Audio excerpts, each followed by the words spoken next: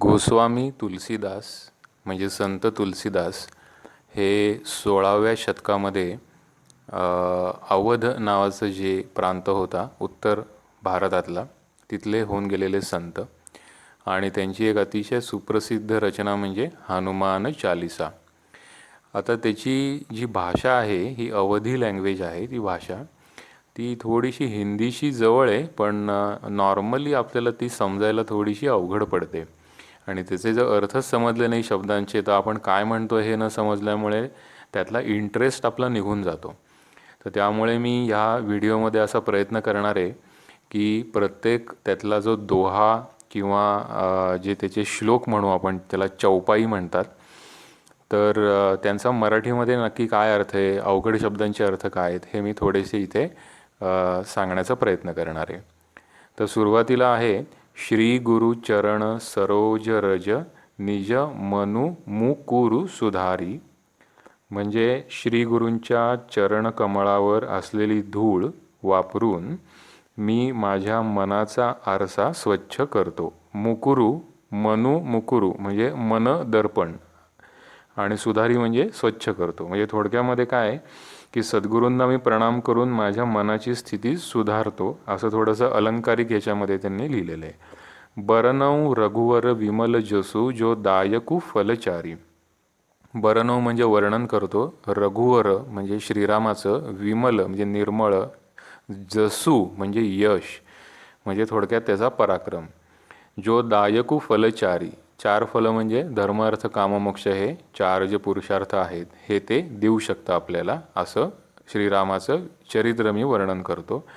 बुद्धिहीन तनु जानिके म्हणजे मी बुद्धिहीन आहे, मला फार बुद्धी नाही असं समजून सुमिरव. सुमिरन म्हणजे स्मरण म्हणजे थोडक्यात ध्यास घेणं, नामस्मरण जे आपण म्हणतो त्या पद्धतीने. पवनकुमार म्हणजे आपला हनुमंत.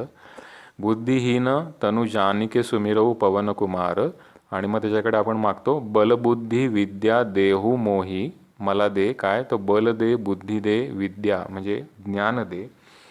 आणि हरहू कलेश विकार. हरहू म्हणजे हरण कर म्हणजे नष्ट कर, कलेश म्हणजे क्लेश म्हणजे दुःख, आणि विकार म्हणजेच विकृती किंवा जे काही आपली दुःख आहेत ती. तर मी फार बुद्धिमान नाही हे जाणून हे श्री हनुमंता मला बळ बुद्धी ज्ञान हे तुझ्या कृपेने प्राप्त होऊ दे आणि माझे दुःख आणि विकृती दूर होऊ दे. आणि इथून पुढे सुरू होते ती चौपाई. जय हनुमान ज्ञान गुणसागर जय कपीश तिहू लोक उजागर. आता इथला महत्त्वाचा शब्द म्हणजे कपीस म्हणजेच कपीश. कपी म्हणजे वानरांचा देव, कपींचा ईश. आता वानर म्हणजे वनामध्ये राहणारे ते वानर असा थोडक्यात त्याचा अर्थ घेतला तर रानामध्ये वस्ती असलेल्या प्रजातींचा जो देव, त्यांचा जो हेड, त्यांचा जो मुख्य किंवा त्यांचं जे आराध्य असा तो हनुमान आहे. अशा पद्धतीने कपीश आला आहे. तो ज्ञान आणि गुणांचा सागर आहे तिन्ही लोकांमध्ये, म्हणजे पृथ्वी आणि बाकी सगळे जे काही आपले अस्तित्व जे सांगितलेलं आहे तर तिथला तो प्रसिद्ध आहे. उजागर म्हणजे प्रसिद्ध असलेला. रामदूत अतुलित बलधामा अंजनी पुत्र पवनसुत नामा.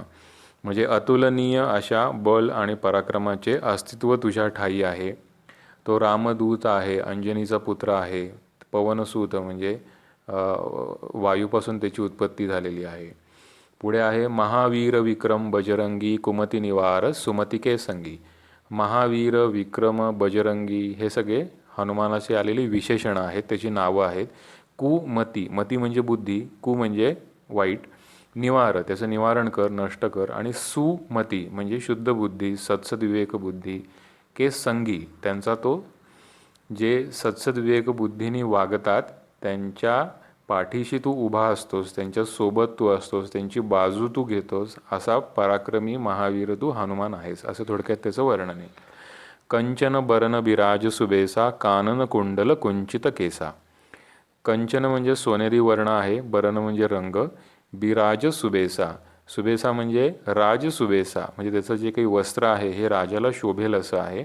कानन कुंडल, कानामध्ये कुंडल आहेत. कुंचित केसा म्हणजे हिंदीत ज्याला घुंगराले बाल आपण म्हणतो, म्हणजे थोडक्यात कुरळे केस. हाथ वज्र और ध्वजा बिराजे कांधे मूंज जनेऊ साजे. म्हणजे हनुमंताच्या हातामध्ये काय आहे, तर त्याच्यामध्ये वज्र, ध्वज म्हणजे थोडक्यात आयुध आहेत त्याच्यात. कांदे म्हणजे खांद्यावर मुंज जनेऊ म्हणजे जानवं आहे. साजे म्हणजे ते शोभून दिसतंय, त्याने ते सजवले आहे असं थोडक्यात. शंकर सुवन केसरी नंदन तेज प्रताप महाजग वंदन. शंकर सुवन, सुवन म्हणजे अंश, शंकराचा जो अंश आहे. केसरी नंदन, हनुमानाच्या वडिलांचं नाव केसरी नंदन होतं असं म्हणतात. तेज प्रताप महाजग वंदन म्हणजे त्याचं पराक्रमी आहे, त्याचं तेज संपूर्ण जगात त्याला वंदन करतं. विद्यावान गुणी अति चातुर राम काज करिबेको आतुर. तो विद्या त्याच्याकडे आहे, गुणी आहे, अतिशय चतुर आहे. राम काज म्हणजे रामाचं काम, रामाला जे जे कार्य करायचे ते करिबेको म्हणजे करण्यासाठी तो आतुर आहे, सदैव तत्पर आहे. प्रभू चरित्र सुनिबेको रसिया. प्रभुचरित्र म्हणजे श्रीरामाचं चरित्र ऐकण्यासाठी त्याचा म्हणजे ऐकण्यात त्याला खूप रस आहे. आणि पुढे म्हणतात राम लखन सीतामन बसिया म्हणजे त्याच्या मनामध्ये कायम राम, लक्ष्मण आणि सीता यांचा वास असतो. सूक्ष्म रूप धरी सिंहही दिखावा म्हणजे सीतेला जेव्हा रावणाने लंकेमध्ये जबरदस्ती ठेवलं होतं, तर त्यांनी सूक्ष्म रूप धरून तिला शोधलं आणि विकट रूप धरी लंक चरावा, आणि मग त्यांनी भयानक रूप धारण करून संपूर्ण लंका जाळून टाकली. ती गोष्ट आपल्याला माहिती आहे. भीमरूप धरी असुर सहारे. भीमरूप म्हणजे विराट रूप धरून त्यांनी अनेक असुरांना म्हणजे राक्षसांना मारलं. रामचंद्र के काज सवारे. रामचंद्राचं जे काही काम होतं, कार्य होतं ते सवारे म्हणजे त्याच्यात आपण म्हणतो ना चार चांद लगाय, किंवा ते सफल करून दिलं. लाय सजीवन लखन जियाय. संजीवनी बुटी किंवा ते जे कुठलं वनस्पती होती ज्यांनी लक्ष्मण बेशुद्ध पडला होता त्याला जिवंत म्हणजे त्याचा जीव परत, प्राण परत आणला. आणि मग पुढे काय झालं, श्री रघुवीर हर्षी उरलाय म्हणून श्रीरामांनी आनंदित होऊन, हर्षी आनंदित होऊन, उरलाय म्हणजे त्यांना मिठी मारली. कोणाला? हनुमंताला. रघुपती कीनी बहुत बडाई. श्रीरामांनी त्याची खूप स्तुती केली. तुम मम प्रिय भरत ही समभाई. जसा माझ्यासाठी भरत आहेस तसंच तू माझा प्रिय असा भाऊ आहेस. म्हणजे स्वतःच्या भावाच्या बरोबरीचं स्थान त्यांनी हनुमंताला दिलं. सहस बदन तुम रोजस गावई. बदन म्हणजे ॲक्च्युली वदन आहे ते, कारण या अवधी लँग्वेजमध्ये व आणि ब हे इंटरमिक्स असतात. बऱ्याच वेळा वदन बदन एकत्र येतं. तर बदन म्हणजे बॉडी अशा अर्थाने नाही आहे. सहस बदन म्हणजे हजारो तोंडांनी तुझी यश गायलं जावो असं कही श्रीपती कंठ लगावई. असं म्हणून श्रीरामांनी त्याला मिठी मारली. सनकादिक ब्रह्मादि मुनीसा नारद सारद सहित अहिसा यम कुबेर दिगपाल जहाते कवी कोविद कहीं सके कहाते. आता हे सगळं हनुमंताच्या यशाचं वर्णन आहे की सनकादिक जे ब्रह्मादि मुनी होते, नारद, शारद म्हणजे शारदा, अहिसा म्हणजे अहि म्हणजे राहू म्हणजे थोडक्यात सगळे असुरगण, यम, कुबेर, दिगपाल म्हणजे हे सगळी सृष्टी चालवणारे जे काही आहेत, कवी, कोविद म्हणजे पंडित लोक, हे सगळेजण कहीं सके कहाते म्हणजे तुझं यश हे कुठे सांगू शकतात. म्हणजे थोडक्यात त्यांच्या वर्णनाच्या कपॅसिटीच्या बाहेर तुझं यश आहे, म्हणजे तू अतुलनीय यशवान आहेस असं थोडक्यात अलंकारिक शब्दात सांगितले. तुम उपकार सुग्रीवही कीना. तू सुग्रीवावर उपकार केलास. काय? त्याची मदत केलीस. कशी? राम मिलाय राजपद दीना. रामाची भेट घडवून आणलीस आणि तुला राजपद मिळालं. तुम्हारो मंत्र बिभीषण माना. बिभीषणाने तुझं म्हणणं ऐकलं. लंकेश्वर भये सब जग जाना. सगळे जगाला माहिती आहे की त्यानंतर रावणानंतर तो लंकेचा स्वामी झाला. जुग सहस्त्र योजन पर भानू लिल्यो ताही मधुर फल जानू. जुग म्हणजे 2, सहस्त्र योजन ही एक अंतर मोजण्याची परिमाण होतं पूर्वीच्या काळी. तर एवढ्या अंतरावर भानू आहे म्हणजे कोण आहे? सूर्य आहे. आणि लिल्यो ताही म्हणजे त्याला निगळायला तू निघालास. मधुर फल जानू ते एक मधुर फळ आहे असं समजून तो त्याला गिळायला निघाला होतास. म्हणजे थोडक्यात त्याचं पराक्रमाचंच वर्णन आहे. प्रभू मुद्रिका मेली मुख माही म्हणजे श्रीरामाची जी अंगठी होती ओळखायची खूण, ही तू तुझ्या मुखामध्ये घेऊन, तोंडामध्ये घेऊन, जलधी लांगी गए अचरज नाही. अचरज नाही म्हणजे आश्चर्यच नाही की तू संपूर्ण जलधी म्हणजे सागर एका उडीमध्ये, झेपेमध्ये पार केलास. म्हणून पुढे म्हणले दुर्गम काज जगत के जेते. या जगामध्ये जे जे काही दुर्गम आहे, अवघड आहे, हे सगळी कामं तुझा अनुग्रह झाला. अनुग्रह म्हणजे तुझं पाठीशी असशील तर सुगम होतील. जे जे अवघड आहे तू पाठीशी असलास की सुगम होतील, असा त्याचा अर्थ आहे. राम दुआरे तुम रखवारे, होत न आज्ञा बिनु पैसारे. आता ह्याच्यामध्ये पैसारे जो शब्द आहे तो नीट समजून घ्यायला हवा. राम दुआरे म्हणजे रामाच्या दाराशी, दरवाजाशी, थोडक्यात त्याच्या द्वाराशी, तुम रखवारे तू रखवालदार म्हणून आहेस, तुझ्या आज्ञेशिवाय, होत न आज्ञा बिनु पैसारे, तुझी जर परवानगी नसेल तर ते रामाच्या घराचं दार प्रसरण पावणार नाही, विस्तार पावणार नाही, उघडणार नाही. त्याच्या पैशाचा, पैसारे म्हणजे आपण ज्याला पैसा म्हणतो त्याचा पैशाचा संबंध नाही आहे. प्रसरण पावणे, पसरणे किंवा उघडणे, विस्तारणे असा त्याचा अर्थ आहे. थोडक्यामध्ये रामाची भक्ती ही हनुमंताच्या भक्तीशिवाय अपूर्ण आहे. फक्त रामराम करून काही उपयोग होणार नाही. हनुमंताची कृपा पाहिजे तरच तुम्हाला रामापर्यंत पोचता येईल, असं थोडं अलंकारिक भाषेत इथे म्हटलं आहे. सब सुख लहई तुम्हारी सरना, तुम रक्षक काहू को डरना. म्हणजे तुला शरण आलो तर सगळं काही सुख मिळेल, आणि तुझ्यासारखा जर रक्षक, तुझं सुरक्षेचं कवच माझ्या सभोवताली असेल तर मग मी कोणाला डरणार, कोणाला घाबरू, काही गरजच नाही त्याची. आपण तेज समारो आपै, तीनो लोक हाकते कापै. म्हणजे तुझं तेज जे आहे हे फक्त तूच सांभाळू शकतोस, तुला कोणीही दुसरा हँडल करू शकत नाही, तुझ्यावर कोणी सत्ता गाजवू शकत नाही. आणि हे संपूर्ण पृथ्वी, आकाश, स्वर्ग, पाताळ हे सगळे लोक तुझ्या आवाजाने, सगळे हे लोक म्हणजे थोडक्यात हे सगळी जग आहे कापतात. भूत पिसाच निकट नाही आवई, महावीर जब नाम सुनावई. म्हणजे तुझ्या नावानी, महावीर ह्या नावानी भूत आणि पिशाच हे जवळ येत नाही. त्याच्यामध्ये भूत आणि पिशाच म्हणजे काय, तर आपला जो गतकर्म असतो त्यालाही आपण भूत म्हणू शकतो, की आपण जे काही करून बसलो, या चुका केलेल्या आहेत. आणि पिशाच ही वृत्ती असते, एक प्रकारची नकारात्मक वृत्ती आहे, ती माणसाच्या मनामध्ये असते.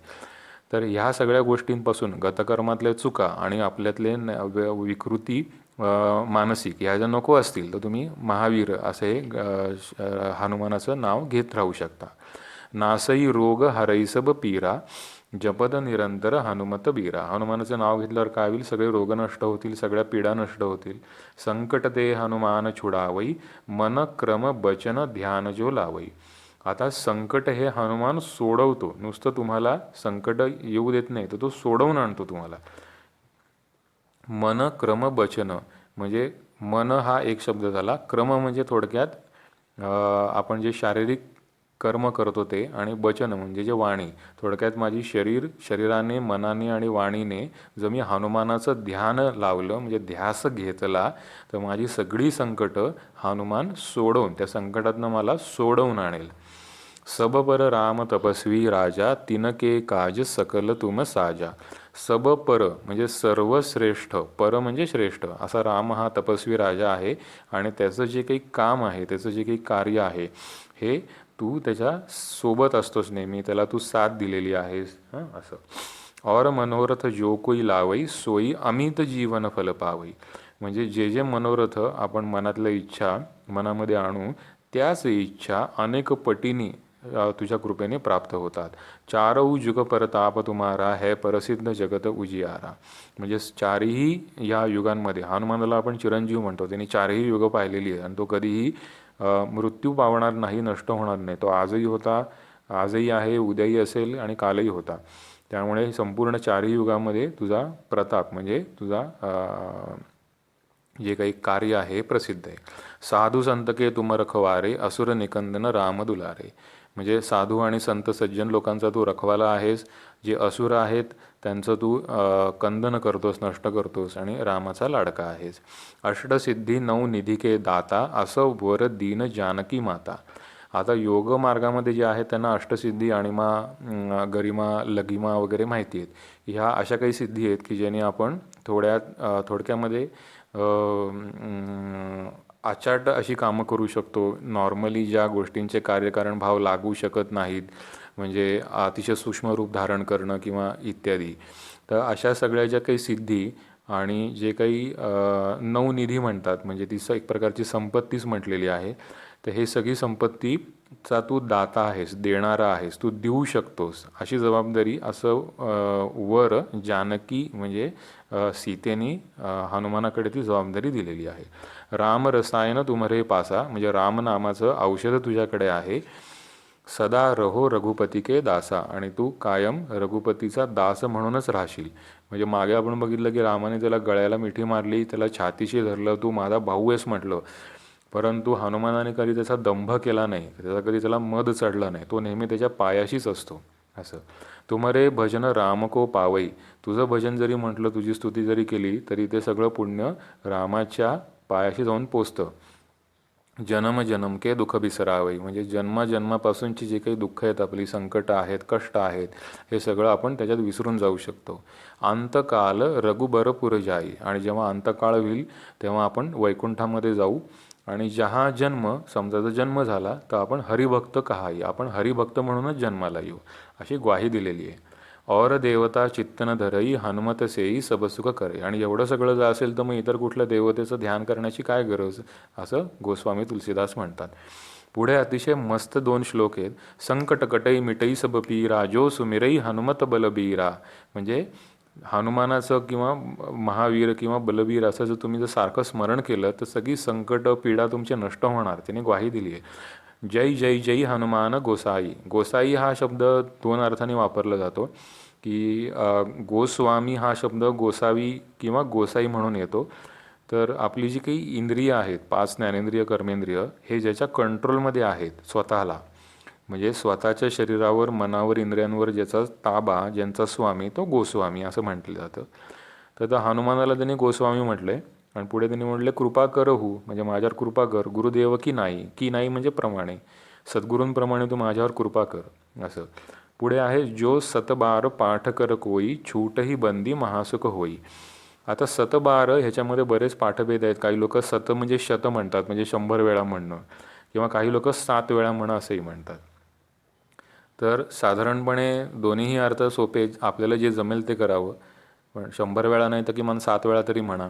तर सकाळी उठल्यानंतर सूर्योदयाच्या वेळी, सूर्य जेव्हा उगवत असतो त्यावेळी कमीत कमी 7 वेळा जर तुम्ही हनुमानाचं हे वाचलं तर तुमची हळूहळू संकट ही सगळी, म्हणजे तुमचं आयुष्य हे व्यवस्थित सुस्थितीत येईल, अशी या क्षेत्रातल्या जाणकार व्यक्तींची माहिती आहे. छूट ही बंदी, म्हणजे आपण जे काही बंधनात अडकलेलो आहोत, जन्म मरण कर्म केलं, परत ते कर्माची फळं भोगा, ह्याच्यातून तुम्ही सुटाल आणि तुम्ही महासुखी, म्हणजे तुम्हाला मोक्ष प्राप्त होईल. पुढे सांगितले जो यह पढई हनुमान चालीसा, होय सिद्धी साखी गौरीसा. साखी गौरीसा म्हणजे साक्षी आहे, गौरीसा म्हणजे शंकर. जो ही हनुमान चालीसा वाचेल, त्याचं अनुष्ठान करा, इतक्या वेळा म्हणा, तितक्या वेळा म्हणा, असं काही म्हटले नाही तुलसीदास. ते फक्त म्हणले तुम्ही फक्त ही वाचा, तुमची पाठ नसली तरी चालेल, तुम्हाला सिद्धी प्राप्त होईल, म्हणजे तुम्ही सिद्ध व्हाल, तुमच्यामध्ये अध्यात्माच्या दृष्टीने चांगला फरक पडायला लागेल. आणि ह्या गोष्टीचा साक्षी म्हणजे शंकराला वचनामध्ये गुंतवलं त्यांनी. तुलसीदास सदाहरी चेरा, चेरा म्हणजे चेला, चेला म्हणजे शिष्य. तर तुलसीदास हा नेहमीच हरीचा म्हणजे विष्णूचा म्हणजे पर्यायाने रामाचा शिष्य आहे. आणि कीजई नाथ हृदयमह डेरा. आता इथे नाथ म्हणजे मालक किंवा पालक असं म्हणू आपण, म्हणजे थोडक्यात परत रामालाच त्यांनी म्हटले किंवा हनुमानाला म्हटले की माझ्या हृदयामध्ये तुम्ही राहा. आता हनुमानाला म्हणजे त्याच्या मनामध्ये राम लक्ष्मण सीता हे आहेत, त्यामुळे आयतं तुम्हाला त्यांची भक्ती पण मिळते. हनुमानाच्या भक्तीचा ॲडव्हान्टेज असं आहे की तुम्ही हनुमानाची भक्ती केली तर तुमचे नमस्कार फक्त हनुमानापर्यंत पोचत नाही, तर ते राम लक्ष्मण सीतेपर्यंत जाऊन पोचतात. असा तो एकाच 4 असा फायदा मिळतो, म्हणजे 1 रुपया टाकला की 4 रुपये परत मिळणार असं. पुढे इथे 40 तुमचे ही चौपाई संपते आणि शेवटचा एक दोहा आहे. जसं पहिला होता तसं शेवटचा आहे. पवनतनय संकट हरण मंगल मूर्ती रूप, म्हणजे तू पवनपुत्र आहेस, तनय म्हणजे पुत्र, संकट हरण करणारा आहेस, मंगलमूर्ती आहे. आत्तापर्यंत मंगलमूर्ती म्हणजे आपण फक्त गणपतीला म्हणत होतो, परंतु हनुमानसुद्धा मंगलमूर्तीच म्हणतात. राम लखन सीतासहित, राम लक्ष्मण सीतेसहित, हृदय बसहू म्हणजे माझ्या हृदयामध्ये तू येऊन राहा.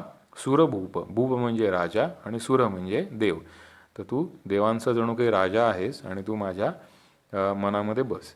अशा पद्धतीने ही हनुमान चालीसा आहे. तर हे जे शब्दांचे जे अर्थ ह्याच्यात सांगितलेले आहेत ते समजून जर ही हनुमान चालीसा म्हटली तर त्याचा नक्की फायदा होईल. कसं वाटलं तुम्हाला नक्की सांगा. आणि हे म्हणून तुम्हाला काय अनुभव येत आहेत हेही मला कॉमेंटमध्ये तुम्ही सांगितलं तरी चालेल. धन्यवाद.